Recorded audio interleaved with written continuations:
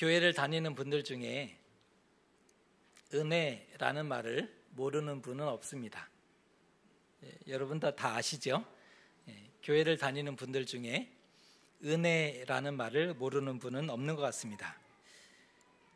그런데 은혜는 좋은 것일까요? 은혜는 좋은 것인가? 그렇다면 할 수 있다면 많이 받고 싶으시죠? 아니, 좋은 거라면 할 수 있다면 많이 받아야 되지 않습니까?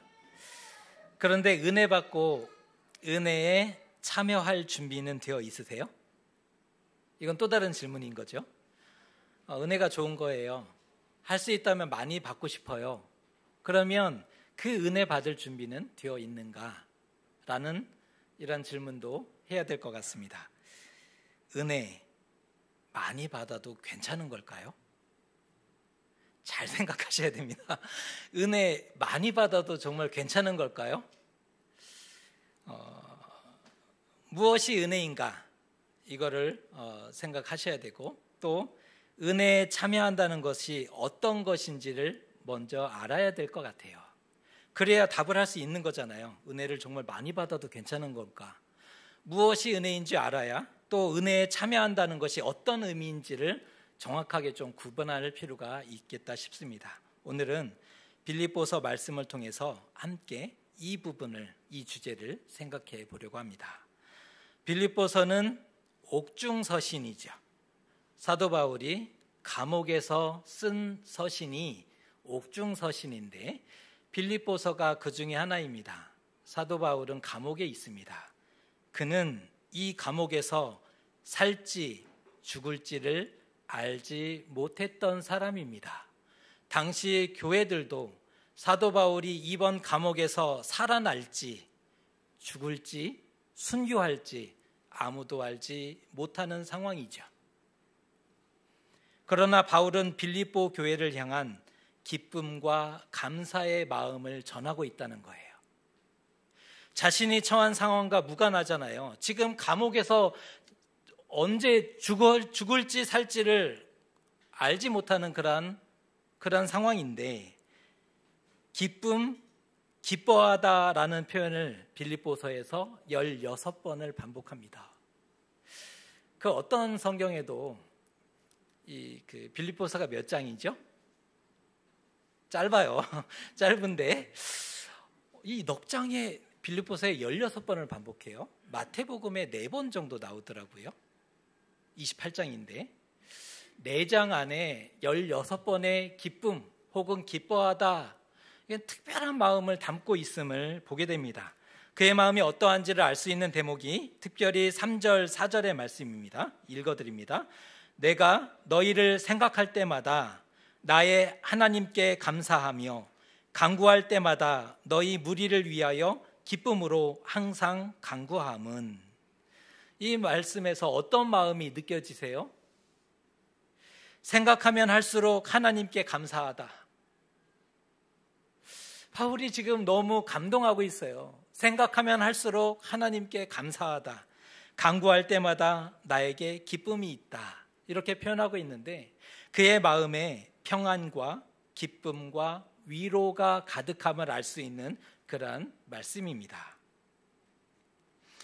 고린도 교회에 대해서는 근심과 걱정과 염려가 많았었는데, 지난주까지 우리가 고린도 교회를 살펴봤잖아요.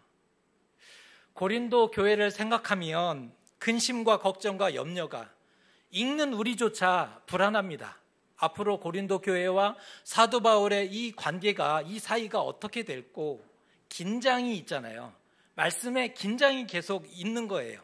그런데 빌립보 교회는 바울을 영접했고 후원했고 마음을 같이 하고 있어요. 그래서 바울이 빌립보 교회를 생각하니까 평안이 있고 기쁨이 있고 감사가 넘쳤다는 것을 볼 수가 있는 겁니다. 바울은 편지로 은혜와 평강이 너희에게 있을지어다 축복합니다.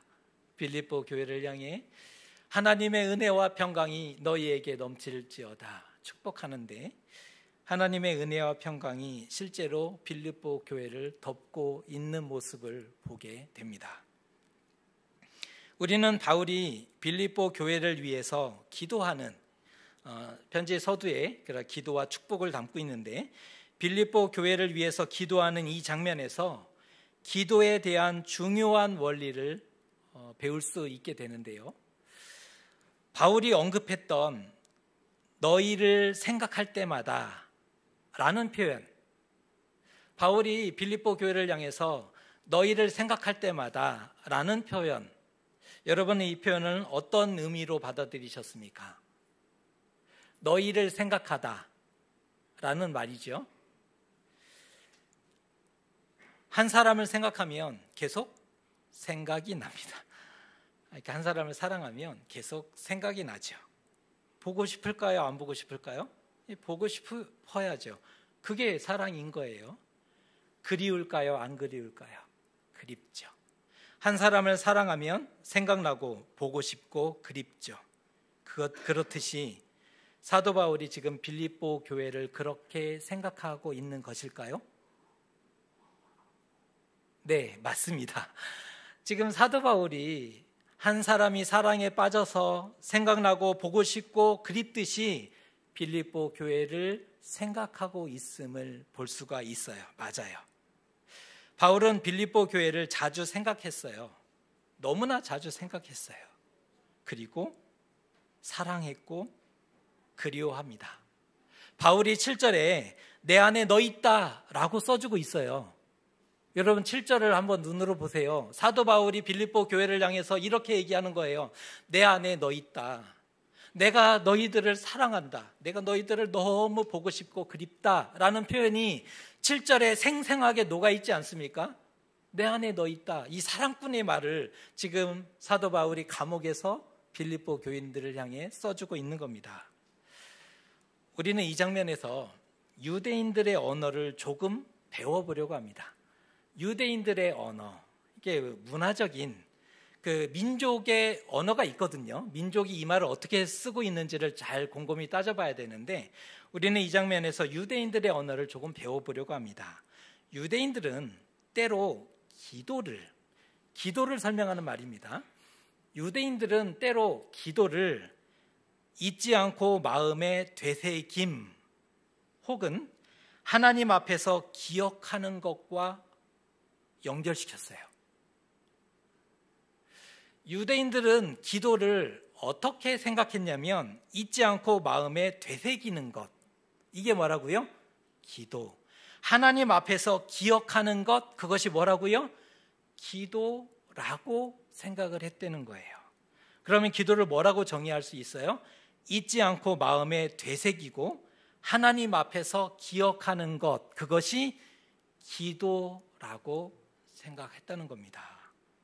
한마디로 생각하는 것이 기도다. 누군가를 떠올려요. 누군가를 생각해요. 그것이 뭐라고요? 기도라고 생각했다는 거예요. 우리는 기도를 골방이나 교회에서 따로 시간을 내서 무릎을 꿇고 기도하는 것을 떠올리죠. 그런 이미지가 떠올라요. 기도하셨어요? 라고 할 때 우리는 어떻게 생각해요? 책상이나 골방에서 혹은 교회에서 무릎을 꿇고 경건하게 두 손을 모아 기도했느냐라는 이미지를 생각하지만, 생각하고 기억하는 것 자체가 기도임을 놓치지 말아야 된다는 거예요. 굉장히 중요한 의미예요. 기도를 얘기할 때 생각하는 것, 기억하는 것, 이것을 빼놓고 기도를 얘기하면 안 돼요. 이것도 모르면서 기도했느냐? 이렇게 표현하는 것은 정말 모르시는 거예요. 기도는 생각하는 것, 기억하는 것 자체가 기도에 포함이 됩니다. 쉬지 말고 기도하라 라는 뜻을 해석할 수가 있어요. 그래야 쉬지 말고 기도하라 라는 말은 24시간 무릎을 꿇고 기도해야 한다 라는 말이 전혀 아니겠죠. 숨만 쉬고 기도 24시간 기도해야 쉬지 말고 기도하라가 될 수 있는 거잖아요. 우리의 생각으로 하면 아니라는 거죠. 하나님 나라와 복음을 생각하고 잊지 않는 것, 그것을 의미하고 있어요. 어떤 것이 하나님의 뜻일까? 하나님이 어떤 일을 기뻐하실까? 예수님이라면 어떻게 하실까? 이것을 묻고 생각하고 책임 있게 삶을 살아내는 것, 그것이 쉬지 말고 기도하라는 뜻의 본래의 뜻에 가까운 겁니다. 이런 의미에서 우리가 하는 기도해 드리겠습니다 라는 말을 다시 한번 재점검해야 합니다. 우리가 기도해 드릴게요 이런 말 자주 하지 않습니까? 그런데 기도해 드리겠습니다 라는 말은 서로에게 굉장히 중요한 의미를 가지고 있다는 거예요. 한 번 이상 생각하고 걱정하고 응원하는 마음이 있었다면 분명 기도한 것 맞습니다. 잘 기억해 보세요. 한 번 이상 생각하고 걱정해 주는 거예요. 그런 일이 있다는데 잘 해결되셨을까? 잘 되셨으면 좋겠다. 응원하는 그런 마음이 있었다면 그것은 분명 기도한 것이 맞다는 것입니다. 공동체는 서로를 위해서 기도하기를 쉬지 않아야 돼요. 그런 의미에서 공동체는 서로를 위해서 기도하기를 쉬면 안 되는 거죠. 그런데 우리는 말을 쉬지 않아요. 굉장히 다르죠? 이 표현이. 공동체는 서로를 위해서 기도를 쉬지 않아야 되는데, 그런데 우리는 잘하는 게 있죠? 말을 쉬지 않아요. 여기서의 말은 예쁜 말은 아니겠죠. 뒤에서 하는 말일 거예요. 이상하잖아요. 성경은 권면하죠. 쉬지 말고 기도하라. 그리고 기도의 의미가 어떤 것도 알고 있어요. 그리고 우리는 기도해 드릴게요 라고 말도 잘하는데, 생각하고 걱정하고 응원하지 않고 그것을 기도로 녹여내지 않고 말을 한다면 이거는 잘못하는 겁니다. 분명히 말씀드릴 수 있어요. 잘못하셨습니다. 바울처럼 우리 각자의 서로도 기도할 때마다 하나님께 감사하다라는 마음이 들 수 있다면, 바울처럼 간구할 때마다 참 기쁨이 넘친다라고 고백할 수 있다면 얼마나 좋을까요? 오늘 바울이 빌립보 교회를 향해서 그렇게 고백하고 있잖아요. 기도할 때마다 하나님께 너무 감사하다. 여러분을 생각할 때마다 하나님께 감사하다. 여러분을 생각할 때 내 마음이 참 기쁩니다. 이런 고백을 할 수 있다면 얼마나 좋을까요? 축복하기는 우리 서로도 기도할 때마다, 간구할 때마다 감사와 기쁨이 넘치는 우리 모두가 되셨으면 좋겠습니다. 여기서 빌립보 교회는 무엇이 달랐는지를 점검해 보려고 합니다. 빌립보 교회는 무엇이 달랐을까요? 어떻게 건강한 교회가 되었을까요? 고린도 서신을 마친 다음에 그 이후에 빌립보 서신이 쓰여졌다고 보여지는데, 빌립보 교회는 어찌하여 무엇이 달랐는가? 어찌하여 이렇게 건강한 교회로 든든히 설 수 있었는가라는 생각을 하게 돼요. 하나님이 사랑하셔서 완벽한 교회를 하늘에서 내려주셨기 때문일까? 어떻게 생각하세요? 완벽한 교회가 하늘에서 내려왔기 때문일까요? 그럴 일이 없어요. 그러지는 않을 거예요. 바울의 능력이 탁월했기 때문에 혼자 개척하고 어려움 하나 없이 복음을 전했고 교회는 든든히 세워졌겠죠? 그랬을 리가 없잖아요. 하늘에서 내려왔기 때문도 아니에요. 바울의 능력이 탁월해서 쉽게 복음을 전했고 또 복음을 다 받아들이고 교회는 든든히 세워졌다. 그렇게 볼 수가 없다는 거예요. 수많은 수고와 땀과 헌신이 쌓이고 쌓였기 때문에 빌립보 교회가 든든하게 세워졌을 겁니다. 먼저 그에게는 선교의 동역자들이 있었죠. 선교를 하는데 거칠고 위험한 여행길에 함께 있었던 사람들이 있었어요. 복음 사역을 할 때 함께 복음을 전하고 함께 옥에 갇히는 동역자들이 있었다는 거예요. 우리가 알고 있는 동역자들이 누구예요? 1차 전도여행 할 때 바울과 바나바, 또 실라, 누가, 디모데, 디도, 에바브라, 브리스길라와 아굴라 부부, 이러한 동역자들이 바울과 생사를 같이 했던 동역자가 있었기 때문에 바울은 복음 전도를 힘있게 감당할 수 있었던 거죠. 또한 바울에게는 후원자가 있었어요. 선교를 안정적으로 지속하기 위해서는 많은 재정이 필요해요. 배도 타야 되고 생활을 해야 되고 이동을 해야 되지 않습니까? 거지처럼 매번 그렇게 할 수는 없는 거죠. 선교를 안정적으로 지속하기 위해서는 많은 재정과 후원이 절대적이에요. 기도와 물질적인 후원뿐 아니라 지치고 힘들 때 영적으로 사도 바울에게 위기가 없었을까요? 그도 주저앉아서 어쩔 줄 모르는, 하나님 이 일을 어찌할까요 하는 그런 어려움 속에서 있을 때 그를 믿어주고 기도해주고 응원해주는 지지자들이 있다는 게 얼마나 큰 위안과 힘이 되었겠습니까? 그는 그 지지자들을 통해서 다시 한번 용기 내어 일어났고 그 거친 선교의 일들을 계속할 수 있었다는 거죠. 세 번째, 사도 바울에게는 헌신자가 있었어요. 선교지를 이룰 때마다 하나님이 사람을 세워주시더라는 거예요. 선교지에 다다를 때 이곳에서 어떠한 일이 있을지는 그가 알지 못했으나 하나님이 마음을 열어주셔서 변화시키는 일들이 나타났다는 거예요. 그들의 헌신으로 인해 놀라운 역사가 곳곳마다 나타났지 않습니까? 그럴 때마다 바울이 하나님을 찬양합니다. 하나님 감사합니다. 찬양하고 감사하고 바울이 큰 위로를 받게 됨을 볼 수가 있습니다. 오늘 빌립보 교회는 바울이 2차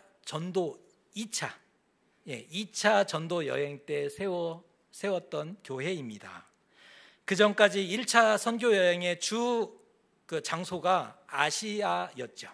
바울은 아시아에서만 복음을 전했던 사람이에요. 지금까지 아시아가 하나님이 주신 땅이라 생각하고 복음을 전했어요.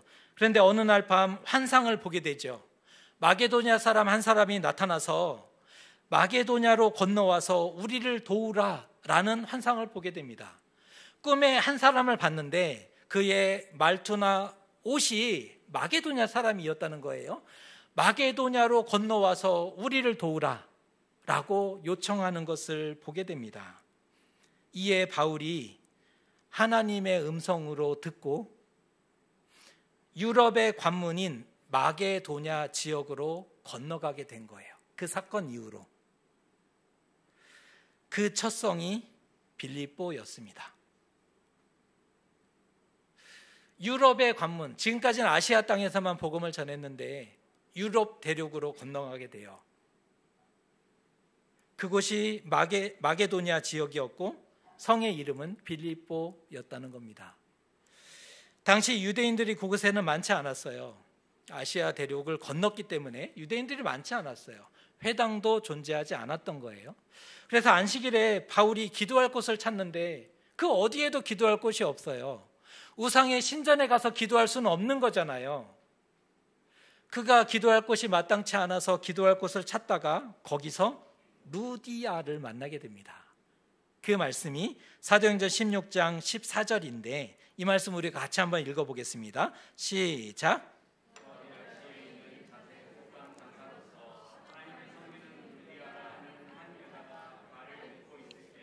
주께서 그 마음을 열어 바울의 말을 따르게 하신지라. 아멘.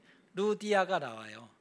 자색 옷감 장사였다라고 표현해주고 있는데 이 당시에 자색 옷은 아무나 입을 수 있는 옷이 아니에요. 고가품이었기 때문에 주로 왕족을 상징하고 또 귀족들이 즐겨 입었던 색이 자색이에요.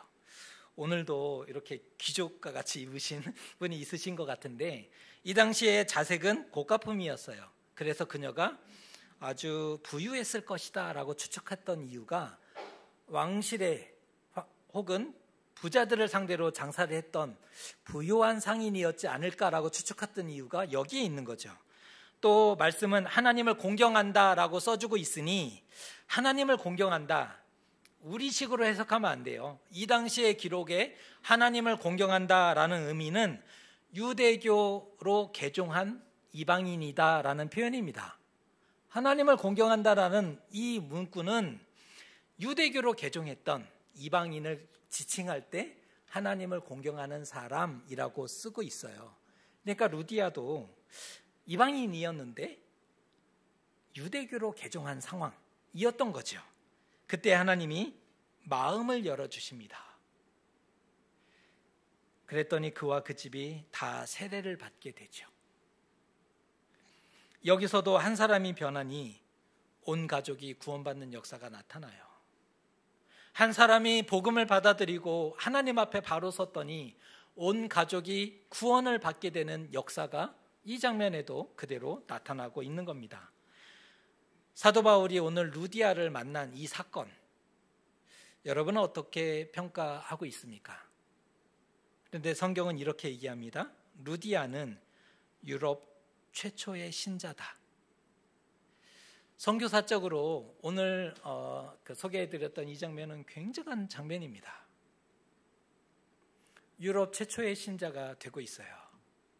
복음이 마침내 아시아 땅에서 유럽 땅으로 전해지게 되는 것입니다. 굉장히 중요한 장면이죠. 루디아는 복음을 받아들이고는 자기의 집에 사도 바울의 일행을 강권하여 집에 데리고 옵니다. 그리고 집에 유하도록 하죠. 오늘 식으로 하면 반납치예요. 강제적으로 등 떠밀어서 우리 집에 유하십시오 라고 합니다. 그리고는 자신의 집을 기도처로 제공하죠. 이리하여 빌립보 교회가 탄생하게 되는 거예요. 유럽 최초의 신자 루디아, 유럽 최초의 교회 빌립보 교회가 오늘 나타납니다. 처음 마게도냐는 기도처 하나 없는 영적으로 척박하고 캄캄한 땅이었어요. 복음의 빛이 비춰진 적이 없잖아요. 예수 그리스도가 그 땅에 울려진 적이 없는 거예요. 그 땅, 영적으로 척박하고 완전히 메마르고 어두웠던 그 땅, 이와 똑같은 상황을 기도로 남긴 사람이 있더라고요. 한국 최초의 선교사였던 언더우드의 기도. 언더우드의 기도를 조금 길지만 문장으로 화면을 준비했는데 소개해드립니다. 한번 눈으로 따라와 보시면 좋을 것 같아요. 오 주여, 지금은 아무것도 보이지 않습니다. 주님, 메마르고 가난한 땅, 나무 한 그루 시원하게 자라오르지 못하고 있는 땅에 저희들을 옮겨와 심으셨습니다. 이 언더우드의 이 표현이 정말 기가 막혀요. 나무 한 자락 자라지 못하는 이 땅에 저희들을 옮겨와 심으셨습니다 라고 써주고 있어요. 그 넓고 넓은 태평양을 어떻게 건너왔는지 그 사실이 기적입니다. 주께서 붙잡아 뚝 떨어뜨려 놓은 듯한 이곳, 지금은 아무것도 보이지 않습니다. 보이는 것은 고집스럽게 얼룩진 어둠뿐입니다. 어둠과 가난과 인습에 묶여있는 조선 사람뿐입니다. 그들은 왜 묶여있는지도 고통이라는 것도 모르고 있습니다. 고통을 고통인 줄 모르는 자에게 고통을 벗겨주겠다고 하면 의심부터 하고 화부터 냅니다.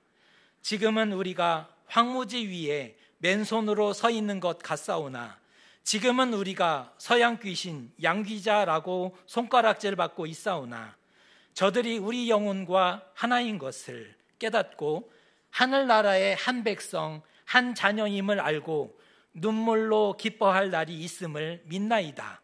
지금은 예배드릴 예배당도 없고 학교도 없고 그저 경계와 의심과 멸시와 천대함이 가득한 곳이지만 이곳이 머지않아 은총의 땅이 되리라는 것을 믿습니다.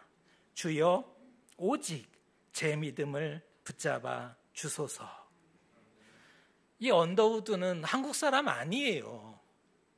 그런데 조선의 땅을 품고 조선 백성들의 영혼을 품고 기도하는데 이 기도문이 정말 절절합니다.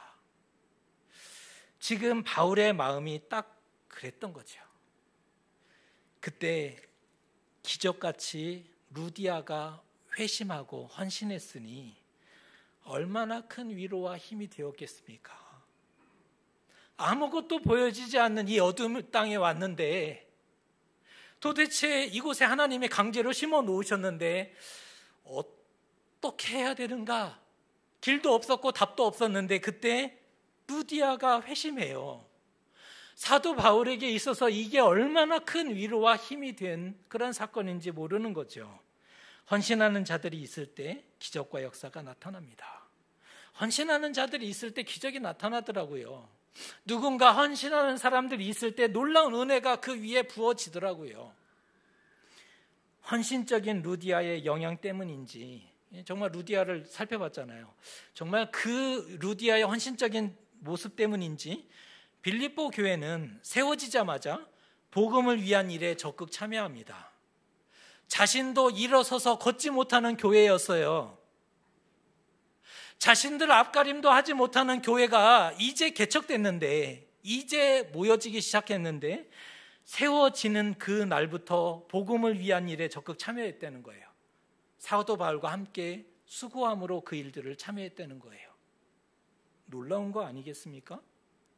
바울에게 물질적인 후원을 합니다. 바울에게 기도하는 후원자가 됩니다. 든든한 지지자가 되어주죠. 그러한 관계로 발전합니다. 때로는 유일한 후원자로 남기도 해요. 사도 바울이 고린도 교회 지원을 안 받았지만 왜 고린도 교회 지원을 안 받았는지 아세요? 그들의 태도가 사도 바울에게 물질을 지원하고 그들이 주인 역할을 하려는 것을 알았기 때문에 사도 바울이 그 물질을 안 받겠다 거절했지만 다른 교회의 후원을 받았거든요. 그들은 주인 되려고 하지 않았어요. 태도가.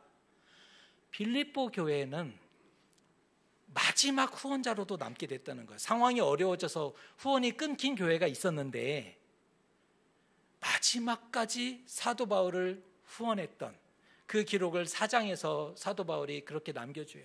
유일하게 너희들이 나를 지지했고 기도했고 후원했더라, 이렇게 평가할 정도였습니다.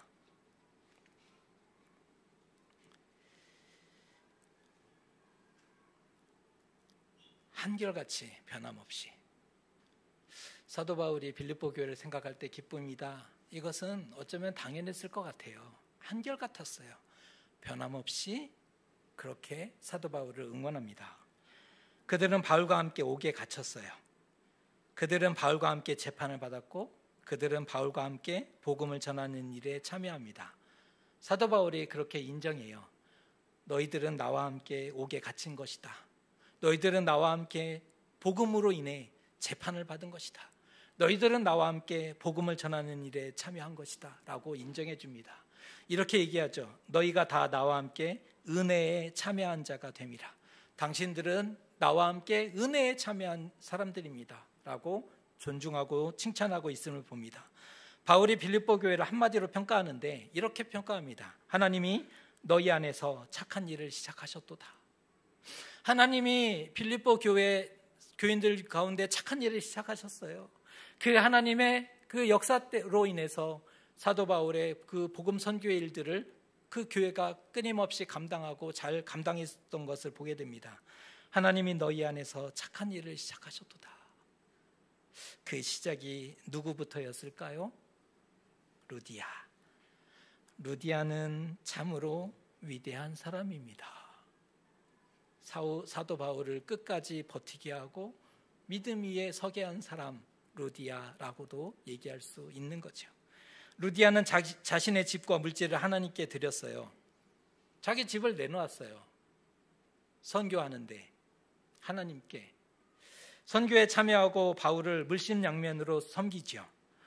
루디아는 부유한 상인이었어요. 진취적인 사람이죠. 상인의 특성이에요. 개방적이죠. 많은 문물을 새로 받아들이고 그것을 유통하는 그러한 특성을 가지고 있어요. 루디아는 부유한 사람입니다. 진취적이고 개방적이었어요. 그래서 은혜에 참여하는 일이 너무나 쉬웠을까요? 믿고 세례받고 자신의 집을 기도처로 교회로 내어주고 온 마음 다해 지원하는 것이 아주 쉬웠던 사람일까요? 그녀에게는 별것 아니고 쉬운 일이었겠는가? 절대 그렇지 않아요. 오히려 조건만 보면 더 불가능하죠. 루디아의 조건을 한번 말씀드려 볼까요? 돈이 많다는 것은 돈을 사랑하기 딱 좋아. 우상으로 만들기 딱 좋은 상황이죠. 게다가 남편의 사업을 이어받아서 남편에 대한 기록이 없어요. 혼자 된 것으로 보아요. 가족이 있다라고 얘기하는데 혼자 된 것으로 여겨지는데 남편의 사업을 이어받아서 여자 홀로 사업을 이끌어가고 있어요. 오늘날에도 혼자 사업한다는 것 쉽지 않죠. 그런데 이 당시는 남녀 차별이 극대화되어 있는 시대잖아요. 여성이 사회생활을 한다는 것 인정되지 않는 시대죠. 그런데 남편의 가업을 이어받아서 여자 혼자 사업을 한다? 거칠고 포악한 상인들을 상대하는데 남성들이 여자라고 곱게 봐줬을 리가 없잖아요. 거칠고 포악한 상인들을 상대해야 하는데 강하지 않으면, 똑똑하지 않으면 살아남지 못하죠. 억척같이 남들이 자고 있을 때 더 부지런하게 노력하고 똑똑하지 않으면 살아남지 못했을 거예요. 또한 사업을 안정적으로 잘하려면 어디에 협조해야 될까요? 로마. 당시 로마는 황제 숭배를 강조하고 있죠. 황제 숭배에 협조해야 될까요? 안 해야 될까요? 해야죠. 상인이 풍요의 신을 섬겨야 될까요? 안 섬겨야 될까요? 섬겨야죠. 상인이라면 바다로 물건을 이송해서 그것을 파는 역할을 했을 텐데 바다의 신을 섬겨야 될까요? 안 섬겨야 될까요? 상인에게 있어서 풍요와 바다의 신은 절대적이죠. 우상 숭배에 가까워도 너무 가까운 사람들, 상인입니다. 무엇보다 셈이 빠른 사람이잖아요. 상인이었어요. 손해보는 짓을 할까요? 안 할까요? 할 리가 없죠. 상인이에요. 셈이 빠르죠. 자신의 집을 내놓는다고요? 참 어려운데. 조건으로 보면 하나님 반대쪽에 서 있기 딱 좋은 사람이에요. 루디아는 조건으로 보면 하나님 믿기 어려운 불가능한 사람이지요. 하지만 하나님이 그 마음을 활짝 열어주십니다. 하나님이 그 마음을, 불가능한 그의 마음을 열어주세요. 그랬더니 은혜에 참여할 수 있게 됩니다. 남의 한 일은 쉬워 보이고 별것 아니라고 생각하기 쉽습니다. 우리는 남이 한 일은 쉬운 것이다 라고 평가하기 쉽다는 거예요. 정작 자신은 한 번도 그 일을 해본 적이 없는 경우가 허다해요. 말은 그렇게 하는데 정작 자신은 그 일에 한 번도 참여해 본 일이 없는 일이 허다하죠. 막상 하라 하면 하지 못해요. 핑계대고 변명만 있어요. 말만 잘하지 은혜에 참여하지 않아요. 하지만 루디아는 본이 됩니다. 헌신합니다. 그 루디아로 인해서 그 위에 세워진 빌립보 교회 역시 바울과 함께 은혜에 참여하게 되는 거예요. 여기에서의 은혜는 하나님의 응답을 얘기하는 게 아니에요. 여기서의 은혜는 하나님의 선물, 어떤 감정적인 깨달음, 뜨거움을 얘기하는 은혜 아니에요. 빌립보에서에서 얘기하는 은혜는 복음을 전하는 것입니다. 은혜 받으면 복음을 전하지 않습니까? 하나님의 은혜를 경험했더니 가만히 있을 수 없는 거예요. 그것을 전하죠. 빌립보서서 얘기하는 은혜는 복음을 전하는 것입니다. 우리도 마음을 열고 은혜에 참여한 자가 되실 수 있었으면 참 좋겠습니다. 이런 은혜는 많이 받아도 괜찮지 않을까요? 굉장히 조심스러운데, 이런 은혜는 많이 받으면 받을수록 괜찮은 거 아닐까요? 복음 전도와 구속의 은혜에 참여할 때 하나님을 기쁘시게 하는 삶이 될 수 있어요. 왜 삶에 기적이 없고 상식에 머물러 있는가? 우리 그런 고민 안 해보시나요? 왜 삶에 기적이 없고 우리는 상식에서만 살고 있는가? 누구나 다 아는 삶, 누구나 다 가는 삶을 그렇게 걸어가고 그렇게 살아가는가? 고민 안 해보셨습니까? 은혜에 참여해 보십시오. 도전합니다. 은혜에 참여해 보십시오. 기적과 하나님 나라를 보게 될 수 있을 것입니다. 저 여러분을 축복합니다. 하나님의 은혜에 참여하여 기적과 하나님 나라를 살아가는 저와 여러분 되시기를 주님의 이름으로 축복합니다.